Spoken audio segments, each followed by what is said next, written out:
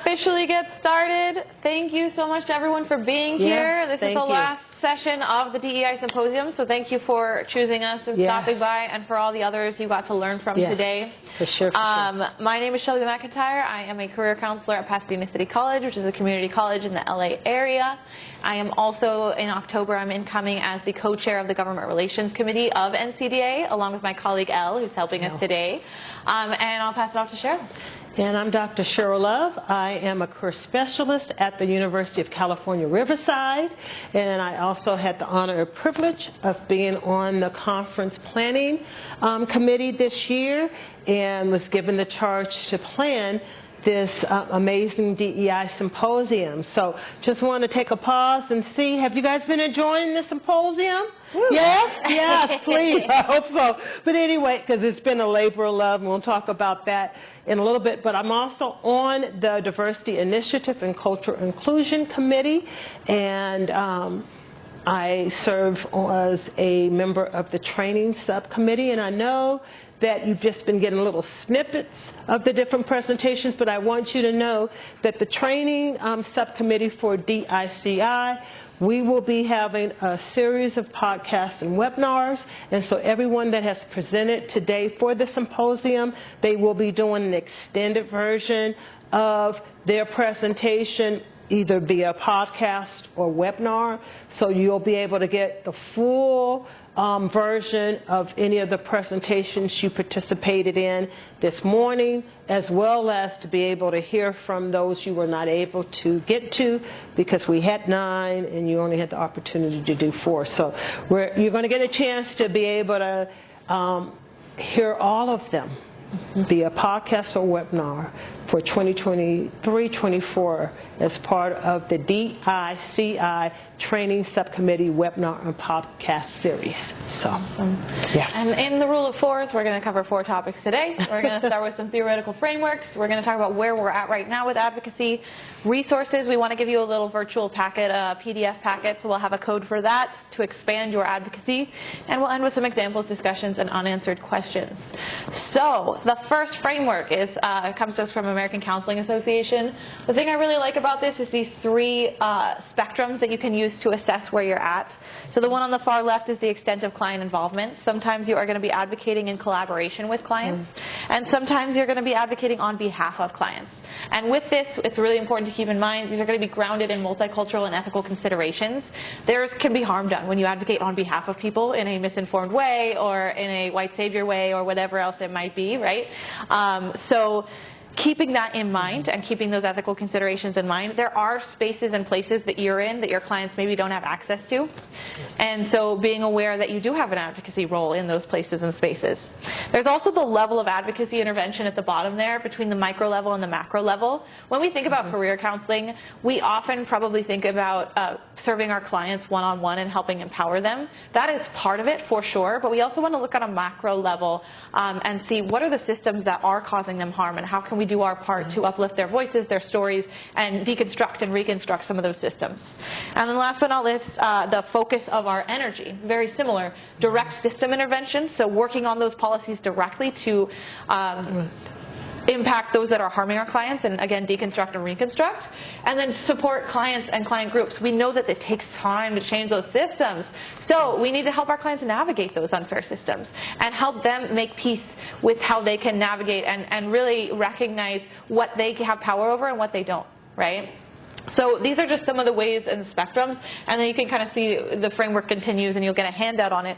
But the way to use it, in my view, is to look at where am I already thriving and doing well, and where are the opportunities where I could be advocating in a different way or expand my advocacy. And I'll let Cheryl add to that. And as you're utilizing this tool, think about your own privilege. We talked about it at the State of the Union panel first thing this morning, because you have privileges sometimes that can be harmful to the very clients, the very students you serve, but also you have privileges that also helps you to be in a position to advocate and help make change that will be for the good of the students and the clients you serve. And so really, as you're utilizing this competency framework from ACA, think about the privileges that you hold as well. Exactly.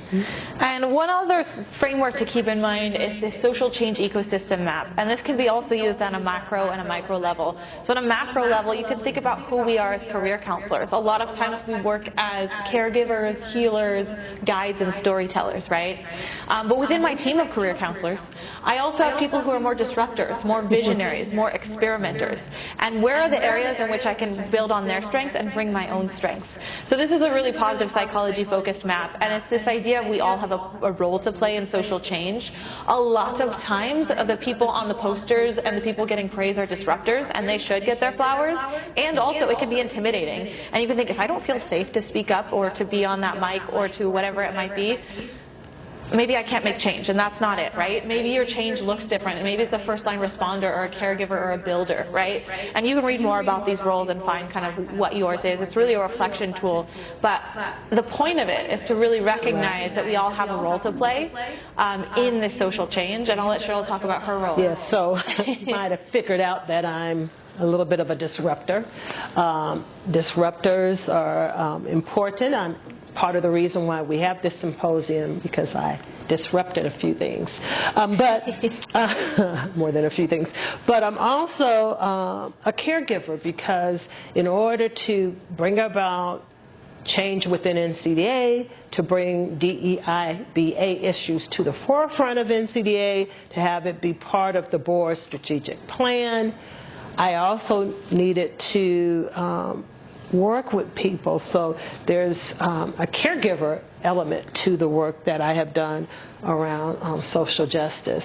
And so I've also been a visionary, really being able to help take board members on a journey with me. This is where we're at. This is kind of where we need to be. Here are some things we can do as an organization to get there. And so I just want to point out, too, that this is really a great map to help you do some self-reflection on your own advocacy work, but also for you to understand is you don't have to just play one role, or you may play one or two roles, but also say to yourself, you know what, I want to add the storyteller, because I have stories to share that can make a difference for the folks that I advocate for. And so, again, it's just a useful tool, and it'll be part of the resources we'll be sharing with you.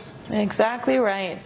And so, speaking of resources, as you think about advocacy and the critical role you can play for your students, for your clients, NCDA does have a North Star to help us in that work, and there is a code of ethics.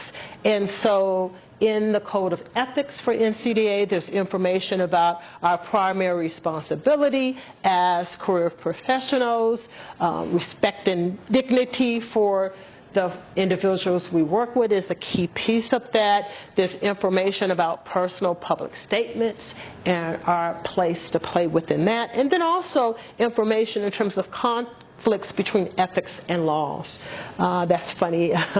The Supreme Court makes it easy for me to talk about that one. But anyway, the Supreme Court, everybody is aware of it in the room, I'm sure now, has rendered a couple of things this week that really helps us bring the focus, that conversation around advocacy and the critical work that we can do as career practitioners to really help all of our students, all of our clients, regardless of their background or circumstances, not just survive and thrive. And sometimes when laws are passed, it makes it a little bit challenging for us to do it, but again, this, I think, especially times like these, really helps us to do some self-reflection about the work we can do to advocate for all.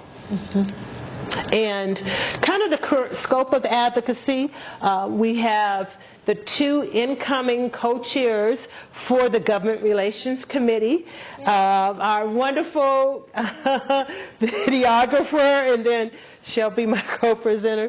And really, I'm just glad to be a part of the conversation because probably before this week, many of you maybe didn't see perhaps diversity, equity, inclusion, and belonging and accessibility as a thing related to government relations, but I think the Supreme Court, what they have done and probably will do as we move forward dealing with this current configuration of the Supreme Court, we will understand how government relations and DEIBA work are intertwined, and hopefully it will help us to rethink the advocacy lens that we've been working under and maybe expand it, I'm hoping.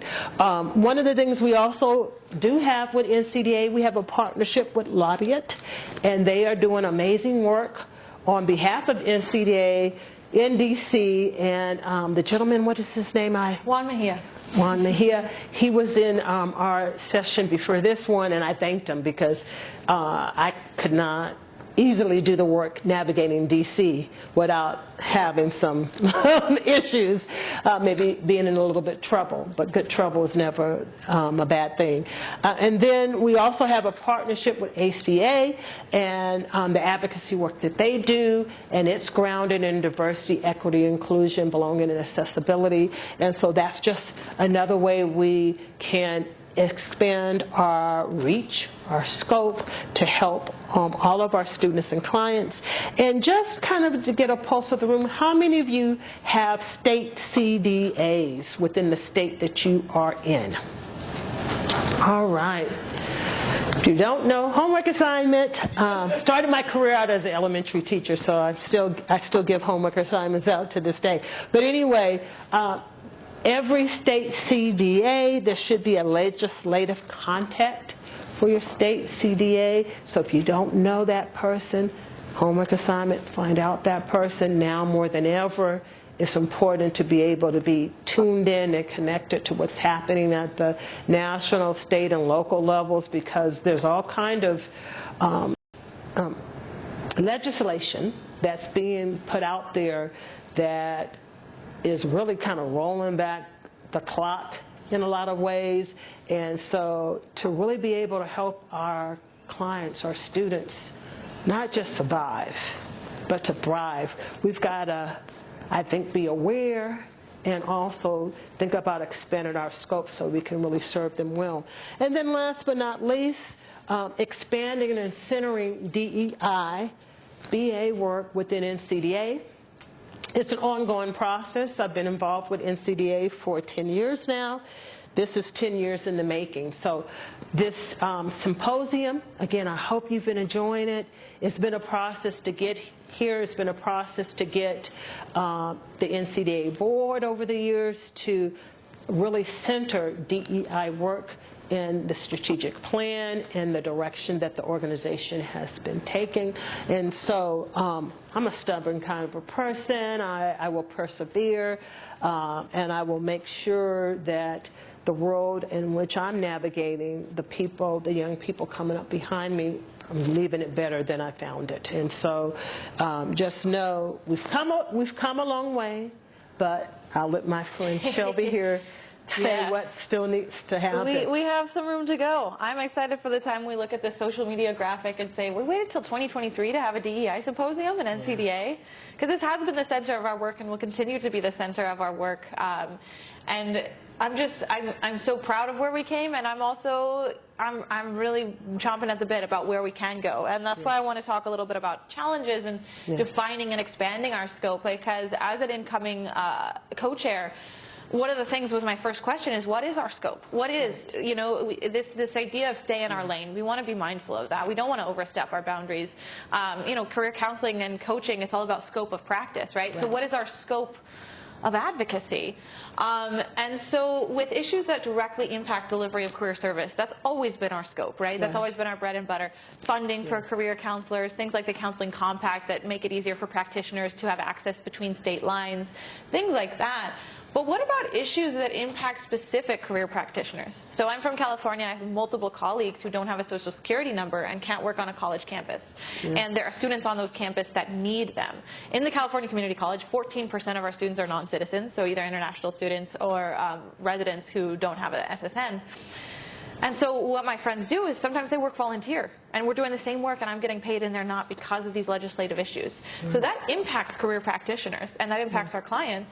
But is it an NCDA issue? And that's a question I'm still trying to figure out, and still trying to figure out if we can expand our scope to that. That's why we're doing a survey, and that expands to workers' rights and labor unions. How much are we partnering, not partnering? How much of that is our scope, is not our scope?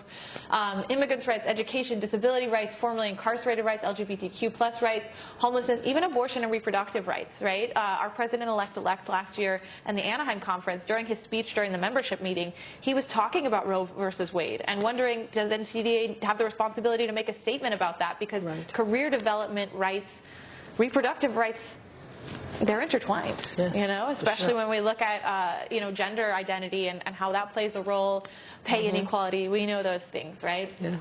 So with issues that impact specific career practitioners and issues that impact our clients, how much of that is our scope? And that is an unanswered question.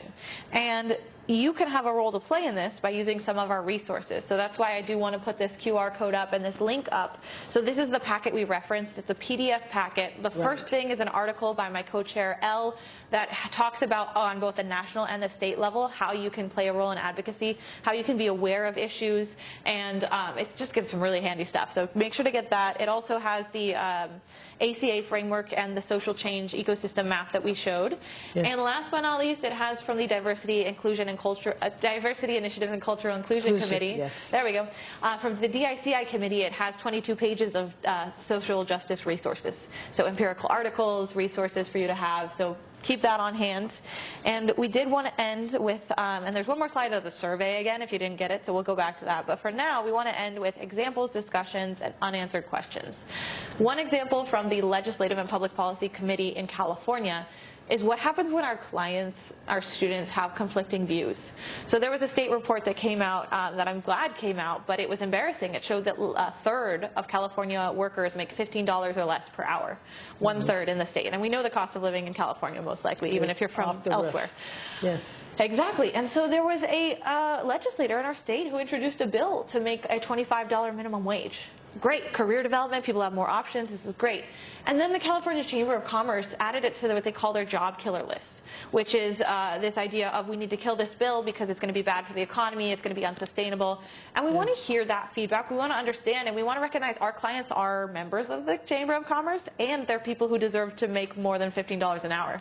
So how do we reconcile that on a policy level? I still don't know. I'm still trying to figure that out. And our committee is just kind of unpacking these questions now and checking in with our membership about it. And that's where we start, is we bring awareness to it. Because I didn't know about this bill until I started getting more engaged with this stuff. And so this leads me to this question of what do you feel is your personal and professional responsibility when it comes to advocacy? I was just talking about awareness over here on that end of the spectrum. Just being aware of local happenings and bills, being aware of civic learning, how bills even happen. And this doesn't even have to be the legislative. It could be policies on your campus. Engagement and individual action. So voting, donating, marching, engaging in conversations with your colleagues, and all the way through to collective actions, letter writing campaigns, making public statements, things like that. So where are you? Where do you want to be? I'll let Cheryl talk about where's your state CDA. The other piece I'd like to say, this is also a wonderful tool to use for those of you who are involved in state CDAs. And so this year I was the president for the California for Development Association, and we really started up again our Legislative and Public Policy Committee, because we have a number of committees within CCDA. And one of the things that we did as an organization was really look at, especially from the committee standpoint, where are we at with regards to this critical work that kind of guides our advocacy. Where do we need to be? What are people within the organization comfortable with? And so this tool here was really a good way for us to start the conversation. So besides individual reflection, you can utilize it whether it's with your state CDA or other organizations you're involved with, because I can't tell you how strongly, I can't make this statement even stronger, advocacy in some shape, form, or fashion, you will find yourself being involved with your students, with your clients, because the current climate isn't going to let you just sit on the sidelines. And I think the current decisions that happened this week with the Supreme Court will help to bring wherever you're at with terms of advocacy to the forefront. So we're hoping that this brief conversation will give you some things to reflect on. The resources we're going to be giving to you will be useful to help you along the advocacy journey. And we hope that you will consider expanding it, because I think as we move forward as a nation, our students and clients are going to need us to go beyond the typical, it's the job search when it comes to advocacy. So. Very important points. Yes. And with that, we want to give you one more QR code. So this is for our survey. It was the one on the first slide. So you might have already taken it, but if you haven't, please scan this. We want to hear where our members are at, what their opinions are on expanding the scope in general. Again, that idea of staying in your lane. What is our lane? What are the issues that are most relevant to career practitioners? It also asks what state you're from, so we can kind of get an idea of that. And we really do want to hear your voices and integrate that into the work that we're doing. And so, once again, QR code and link. You can also contact us. Yes. Keep in contact. Keep doing this work with us. And I do want to thank Dr. Cheryl Love for being here and presenting with me on top of organizing this whole symposium. You're welcome. And thank you all for being here. This is really important to us to have you here.